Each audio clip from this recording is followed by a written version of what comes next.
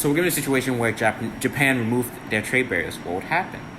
So what we said is that the Japanese consumers would benefit because the price would go down 4 times, meaning that the consumer surplus increases while the price decreases. If we look at a supply and demand curve, as the price decreases, the demand increases. So the energy produced towards rice would be put towards something more profitable for Japan, meaning that there'll be a net gain from the rice producing energy put towards something else in consumer surplus. However, many of the rice farmers would lose money, so they would have to lobby for these trade barriers if they want to make that money back. In number 2, we're asked about the number of workers in the rice producing industry. Would it rise or would it fall? What would they do over the next year, and will they ever work again? It would decrease because they'll try to find more markets to make more money, because the energy produced rice would be put in other markets. But since there are numerous substitutes for rice, we can safely assume that they'll be able to find work if the market has enough spots. If there is no demand for their current skills, they'll have to learn new skills, but they're malleable in the long run. In question 3, we're asked, we are given a situation where we're driving in Detroit, Michigan, the Motor City of America, and we've seen bumper stickers with messages like "Buy American" or "Out of a job yet? Keep buying foreign," and so on. And we're asked to explain what these bumper stickers mean in light of what we learned. Obviously, these ads are against foreign mobile trade, which will hurt the buyers, but the consumers will benefit.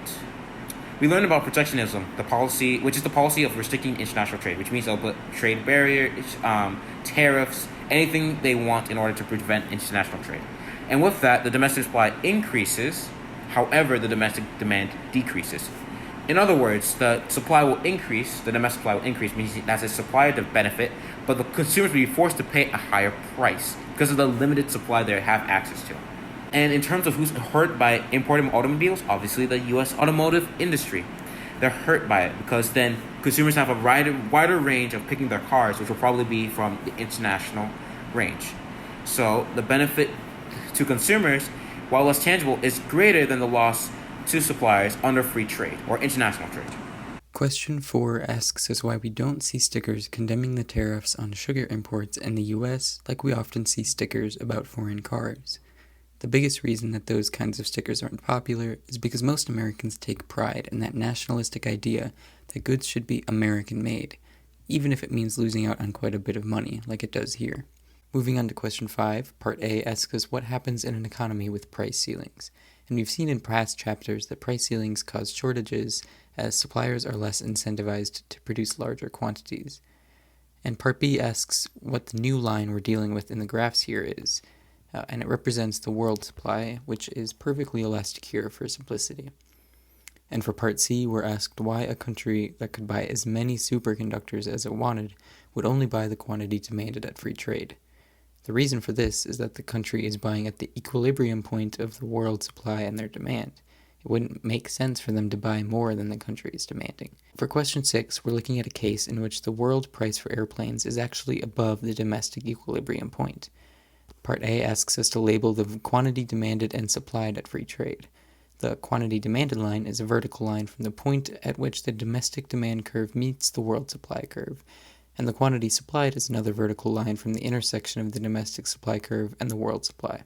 The gap between those two lines is made up for in exports rather than imports, as the quantity supplied is greater than what is demanded domestically. Part C then asks us to label the domestic production and domestic consumption, which in this case are horizontal lines. The domestic production goes from the y-axis to the vertical quantity supplied line, and the domestic consumption goes from the y-axis to the vertical quantity demanded line. To see what this means in reality, Part D asks if domestic airline buyers will pay higher or lower under free trade. Because of the demand the rest of the world will have for these airplanes, the price will actually go up under free trade for those domestic buyers as compared to at the domestic price. The green highlight in this graph shows the domestic price and quantity, while the yellow shows them under free trade.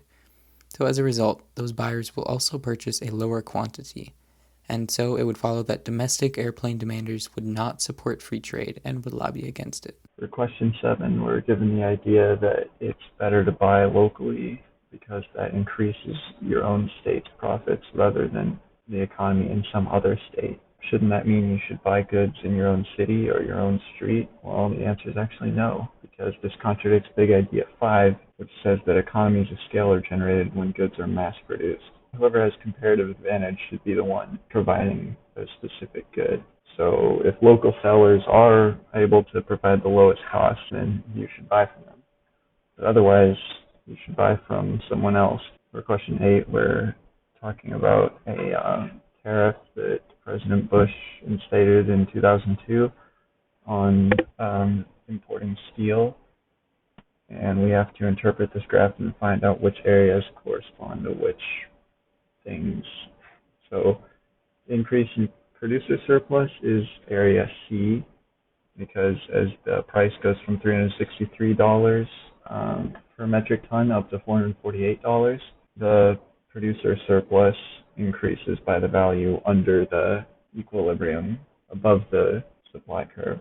So the consumer surplus decreases by the area below the demand curve above the market price.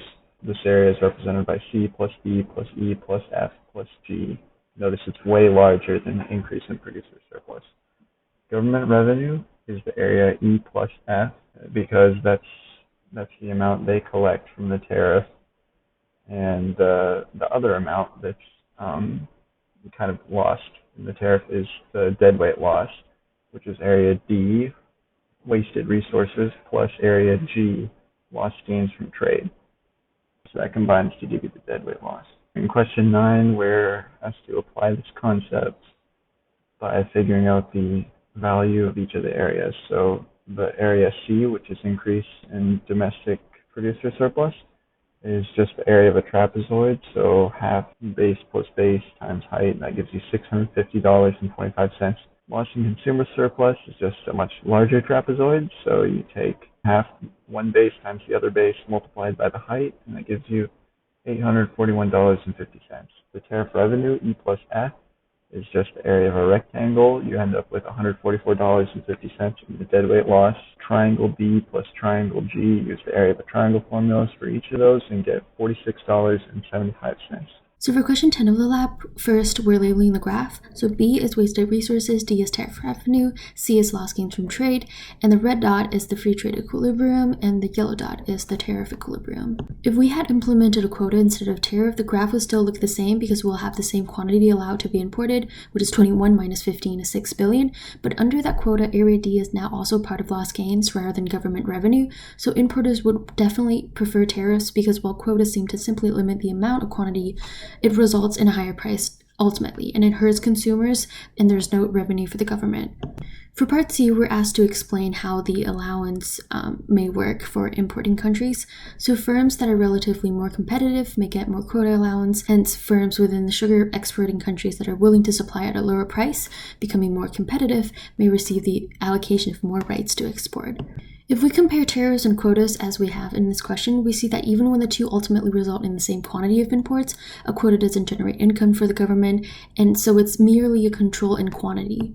They both hurt domestic consumers, but quotas hurt consumers more and the government because it doesn't generate any revenue. So the area marked by the red cross here is completely gone if we had gone with quota instead of tariffs. So for question 11, we drew the two graphs according to the table, and we found out that flaxseed is cheaper to produce in KZ than the US, because for the same price, KZ producers can provide more in quantity, and US consumers value flaxseed more because for the same quantity, they're generally willing to pay more. And you can see our filled out table on the right. If the two countries entered free trade, US will be importing 4 million bushels, the same quantity that KZ is willing to export, so this is perfect. It would be a win-win situation, and the equilibrium price here would be $10 per bushel. For the sake of time, we will describe a general process for determining the gains and losses. For pre-free trade surplus, we found the market equilibrium of both countries and then calculated the consumer and producer surplus based on the areas. For post-free trade, we used the $10 free trade price line and also calculated areas related to the consumer and producer surplus.